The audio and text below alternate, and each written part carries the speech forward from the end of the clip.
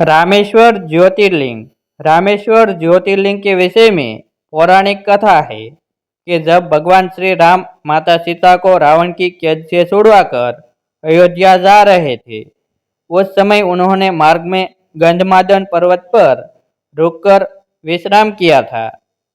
विश्राम करने के बाद उन्हें ज्ञात हुआ कि यहाँ पर ऋषि पुलत्स्य कुल का नाश करने का पाप लगा हुआ है। इस श्राप से बचने के लिए उन्हें इस स्थान पर भगवान शिव का ज्योतिर्लिंग स्थापित कर पूजन करना चाहिए। यह जानने के बाद भगवान श्री राम ने हनुमान से अनुरोध किया कि वे कैलाश पर्वत पर जाकर शिवलिंग लेकर आए। भगवान राम के आदेश पाकर हनुमान कैलाश पर्वत पर गए, परंतु उन्हें वहां भगवान शिव के दर्शन नहीं हो पाए।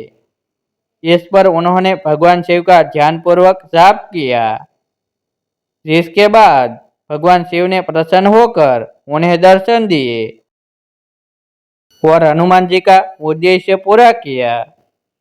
इधर हनुमान जी को तप करने और भगवान शिव को प्रसन्न करने के कारण देरी हो गई और उधर भगवान राम और देवी सीता शिवलिंग की स्थापना का शुभ मुहूर्त लिए प्रतीक्षा करते रहे। शुभ मुहूर्त निकल जाने के डर से देवी जानकी ने विधिपूर्वक बालू का ही लिंग बनाकर उसकी स्थापना कर दी। शिवलिंग की स्थापना होने के कुछ पलों के बाद हनुमान जी शंकर जी से लिंग लेकर पहुंचे तो उन्हें दुख और आश्चर्य दोनों हुआ। हनुमान जी जिद करने लगे कि उनके द्वारा लाए गए शिवलिंग को ही स्थापित किया जाए।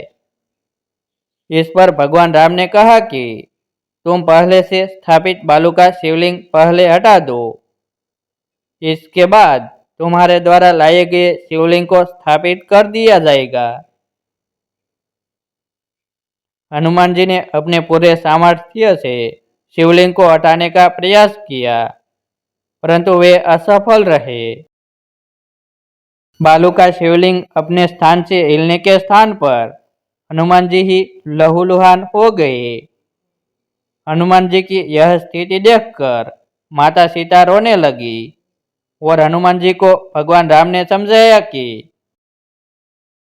शिवलिंग को उसके स्थान से हटाने का जो पाप तुमने किया, उसी के कारण उन्हें यह शारीरिक कष्ट झेलना पड़ा।